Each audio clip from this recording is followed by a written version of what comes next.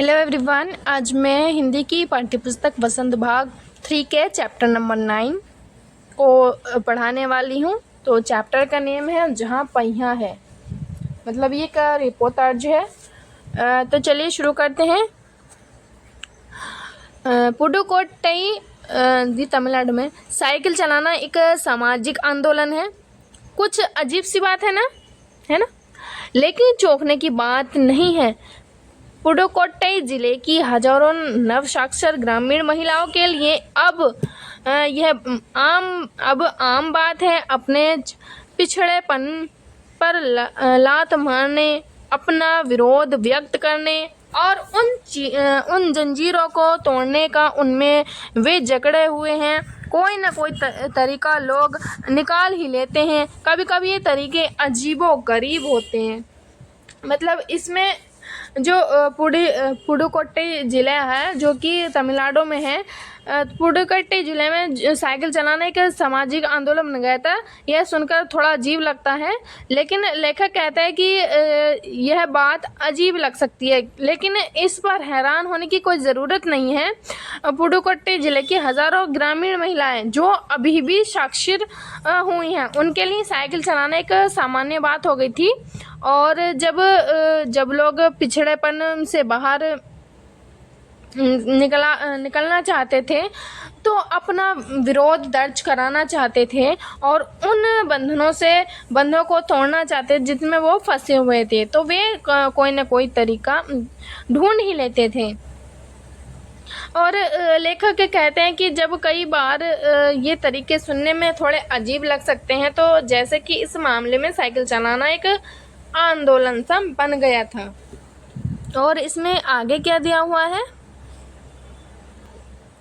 तो देखेंगे। इसमें भारत में के सर्वाधिक गरीब जिले में से एक है पुडुकोट्टई जिला। पिछले दिनों यहाँ की ग्रामीण महिलाओं ने अपनी स्वाधीनता, आज़ादी और गतिशीलता को अभिव्यक्त करने के लिए प्रतीक के रूप में साइकिल को चुना है, जिनमें से अधिकांश नव साक्षर थी। अगर हम 10 वर्ष से कम उम्र की लड़कियों को अलग कर दें, तो इसका अर्थ यह होगा कि यहाँ ग्रामीण महिलाओं के 1/4 हिस्से ने साइकिल चलाना सीख लिया था। तो इसमें पुडुकोट्टई भारत के जो सबसे गरीब ज़िले में एक है। कुछ समय पहले ही यहाँ की ग्रामीण महिलाओं ने अपनी स्वतंत्रता, आज़ादी और गतिशीलता को दिखाने के लिए साइकिल को एक प्रतीक के रूप में चुन लिया था। अच्छा, साइकिल चलाने वाली इन महिलाओं में ज़्यादातर ऐसी भी थी जो अभी भी साक्षर हुई थी। यदि हम 1 साल से कम उम्र की लड़कियों 10 साल से कम उम्र की लड़कियों को हटा दे, तो हमें पता चल जाएगा कि पुडुकोट्टई ज़िले की लगभग 1/4 ग्रामीण महिलाओं ने साइकिल चलाना सीख लिया था। और इसमें देखते हैं सीख लिया था। और इन महिलाओं में 70,000 से भी अधिक महिलाओं ने प्रदर्शन एवं प्रतियोगिता जैसे सार्वजनिक कार्यक्रमों में एक बड़े गर्व के साथ अपने नए कौशल का प्रदर्शन किया। मतलब इसमें इसमें है। और इन महिलाओं की कुल संख्या 70,000 से भी ज़्यादा थी। और इन महिलाओं ने अपने साइकिल चलाने के लिए नए कौशल और सार्वजनिक कार्यक्रमों को जैसे प्रदर्शन का और प्रतियोगिता में बड़े गर्व के साथ दिखाया, मतलब प्रतियोगिता प्रदर्शन दिखाया। और इसमें आगे क्या है, और अभी भी उनमें साइकिल चलाने की इच्छा जारी है। और इसके लिए कई प्रशिक्षण शिविर चल रहे थे। ग्रामीण पुडुकोट्टई के मुख्य जिलों में अत्यंत रूढ़िवादी पृष्ठभूमि में से आई युवा मुस्लिम लड़कियों सड़कों से अपनी साइकिलों पर जाती हुई दिखाई देती हैं। जमीला बीवी नामक एक युवती ने जिसने साइकिल चलाना शुरू किया था, मुझसे कहा, मेरा अधिकार है, अब हम कहीं भी जा सकते हैं, अब हमें बस का इंतज़ार नहीं करना पड़ता। मुझे पता है कि जब मैंने साइकिल चलाना शुरू किया था तो फतवियाँ कसते थे, लेकिन मैंने उस पर कोई ध्यान नहीं दिया। फातिमा एक माध्यमिक स्कूल में पढ़ती है और उन्हें साइकिल चलाने का एक ऐसा चाव लगा है कि हर शाम आधा घंटे के लिए किराए पर साइकिल लेती हैं। एक नई साइकिल खरीदने की उनकी हैसियत नहीं है। फातिमा ने बताया कि साइकिल चलाने में एक ख़ास तरह की आज़ादी है, हमें किसी पर निर्भर नहीं रहना पड़ता। मैं कभी इसे नहीं छोड़ूंगी। जमीला, फातिमा और उनकी अन्य मित्र अवकन्नी, इन्हें सबकी उम्र 20 वर्ष से और इन्होंने अपने समुदाय के अनेक युवतियों को साइकिल चलाना सिखाया है। इस ज़िले में साइकिल की धूम मची हुई है। इसकी प्रशंसकों में है महिला खेतीहर मजदूर, पत्थर खदानों में मजदूरी करने वाली औरतें और गांवों में काम करने वाली नर्सें, बालवाड़ी और आंगनवाड़ी कार्यकर्ताएं, बेशकीमती पत्थरों को तराशने में लगी औरतें और स्कूल की अध्यापिकाएं भी साइकिल का जमकर इस्तेमाल कर रही हैं। ग्राम सेविकाएं और दोपहर का भोजन पहुंचाने वाली औरतें भी पीछे नहीं हैं। सबसे बड़ी संख्या उन लोगों की है जो अभी नवसाक्षर हुई हैं। जिस किसी नवसाक्षर अथवा नई साइकिल चलाने वाली महिला से मैंने बातचीत की, उसने साइकिल चलाने और अपनी व्यक्तिगत आज़ादी के बीच एक सीधा संबंध बताया। साइकिल आंदोलन की एक अगुआ कहना है, मुख्य बात यह है कि इस आंदोलन ने महिलाओं को बहुत आत्मविश्वास प्रदान किया। महत्वपूर्ण यह है कि इसने पुरुषों पर उनकी निर्भरता कम कर दी है। अब हम प्राय देखते हैं कि कोई महिला अपनी साइकिल पर 4 किलोमीटर तक की दूरी आसानी से तय कर पानी लाने जाती है। कभी-कभी साथ में उसके बच्चे भी होते हैं।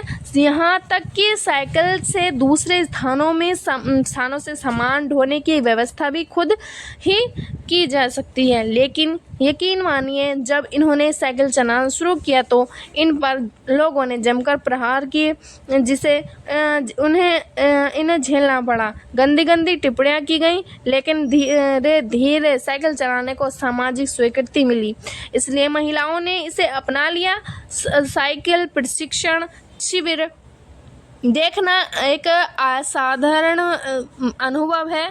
किला कुरुचि गांव में सभी साइकिल सीखने वाली महिलाएं रविवार को इकट्ठी हुई थी।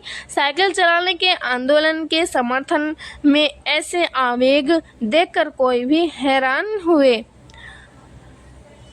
बिना नहीं रह सकता। उन्हें इसे सीखना ही है। साइकिल ने उन्हें पुरुषों द्वारा थोपे गए दायरे के अंदर रोजमर्रा की घिसी पिटी चर्चा से बाहर निकलने का रास्ता दिखाया।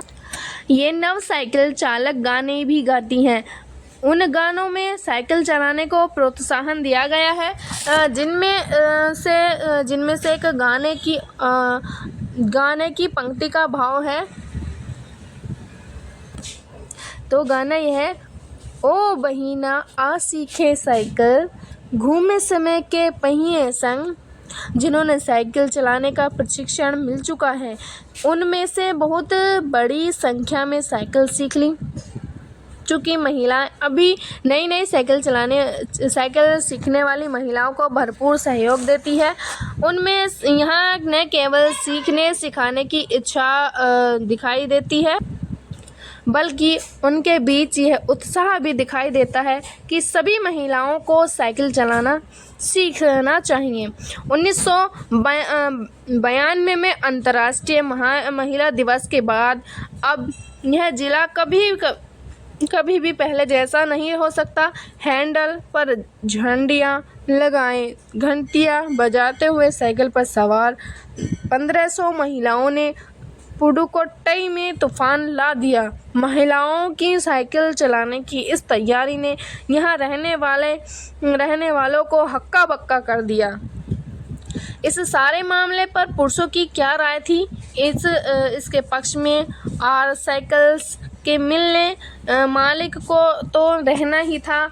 इस अकेले डीलर के यहाँ लेडीज साइकिल की बिक्री में साल भर के अंदर काफ़ी वृद्धि हुई। माना जाता है कि इस आंकड़े को 2 कारण से कम करके आंका गया। पहली बात तो यह थी कि ढेर सारी महिलाओं ने जो लेडीज साइकिल का इंतज़ार नहीं कर सकती थी, जेंट्स साइकिल खरीदने लगी। दूसरी, उस डीलर ने बड़ी सतर्कता से साथ यह जानकारी मुझे दी कि उसे लगा कि मैं बिक्री का विभाग का कोई आदमी हूँ।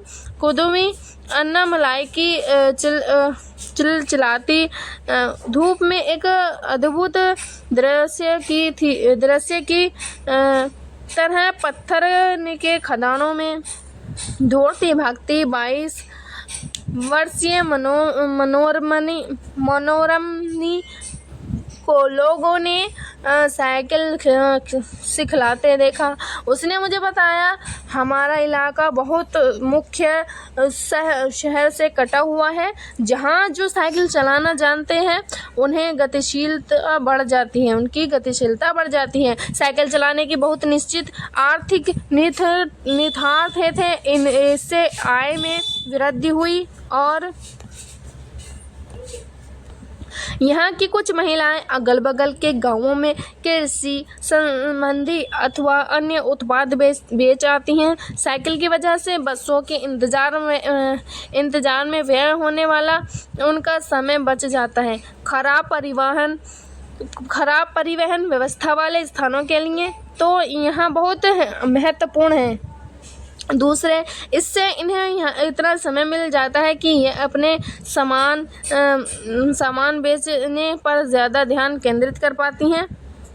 और तीसरे, इससे ये अधिक इलाकों में जा पाती हैं। अंतिम बात यह है कि अगर आप चाहें तो इससे आराम करने का काफ़ी समय मिल सकता है। जिन छोटे उत्पादकों को बसों का इंतज़ार करना पड़ता था, बस स्टॉप तक पहुंचने के लिए भी पिता, भाई, पति और बेटों पर निर्भर रहना पड़ता था, वे अपना सामान बेचने के लिए कुछ गिने चुने गांवों तक ही जा पाती थीं। कुछ को पैदल ही चलना पड़ता था। जिनके पास साइकिल नहीं है वे अब भी पैदल ही जाती हैं। फिर उन्हें बच्चों की देखभाल के लिए या पीने का पानी लाने के लिए, घरेलू कामों के लिए भी जल्दी ही भागकर घर से पहुंचना पड़ता था। अब जिनके पास साइकिलें हैं वे सारा काम बिना किसी दिक्कत के कर लेती हैं। इसका अर्थ यह है कि अब आप किसी सुनसान रास्ते पर भी देख सकते हैं कि कोई युवा माँ साइकिल पर आगे अपने बच्चे को बैठाए पीछे कैरियर पर सामान लादे चली जा रही हैं। कैरियर मतलब जो साइकिल के पीछे होता है, ये जो है साइकिल के पीछे जो होता है वो कैरियर होता है। वह अपने साथ पानी से भरे 2 बर्तन या 3 बर्तन लिए अपने घर या काम पर जाती दिखाई दे जाती हैं। अन्य पहलुओं से ज़्यादा आर्थिक पहलू पर ही बल देना गलत होगा। साइकिल प्रशिक्षण से महिला के अंदर आत्मसम्मान की भावना पैदा हुई और यह बहुत महत्वपूर्ण है कि फातिमा का कहना है, बेशक यह मामला केवल आर्थिक नहीं है। फातिमा ने यह बात इस तरह कही जिससे मुझे लगा कि मैं कितना मूर्खतापूर्ण ढंग से सोच रहा था। उसने आगे कहा, साइकिल चलाने में मेरी कौन सी कमाई होती है? मैं तो पैसे ही गंवाती हूँ। मेरे पास इतने पैसे नहीं है कि मैं साइकिल खरीद सकूँ, लेकिन हर शाम मैं किराए पर साइकिल लेती हूँ ताकि मैं आज़ादी और खुशहाली का अनुभव कर सकूं। पुडुकोट्टई पहुंचने से पहले मैंने इस विनम्र सवारी के बारे में कभी इस तरह सोचा ही नहीं था। मैंने कभी साइकिल को आज़ादी का प्रतीक नहीं समझा था। एक महिला ने बताया, लोगों के लिए यह समझना बड़ा कठिन है कि ग्रामीण महिलाओं के लिए यह कितनी बड़ी चीज़ है। उनके लिए तो यह हवाई जहाज़ उड़ाना जैसी बड़ी उपलब्धि है। लोग इस पर हंस सकते हैं, लेकिन केवल यहाँ की औरतें ही समझ सकती हैं कि उनके लिए यह कितना महत्वपूर्ण है। जो पुरुष इसका विरोध करते हैं वे जाएं और टहलें, क्योंकि जब साइकिल चलाने की बात आती है वे महिलाओं को बराबरी कर ही नहीं सकते। तो ये लिखी थी पी साईनाथ द्वारा, ये लिखा गया था रिपोर्टाज। धन्यवाद। कमेंट में ज़रूर बता के जाइए कि वीडियो कैसी लगी। धन्यवाद। Thanks for watching.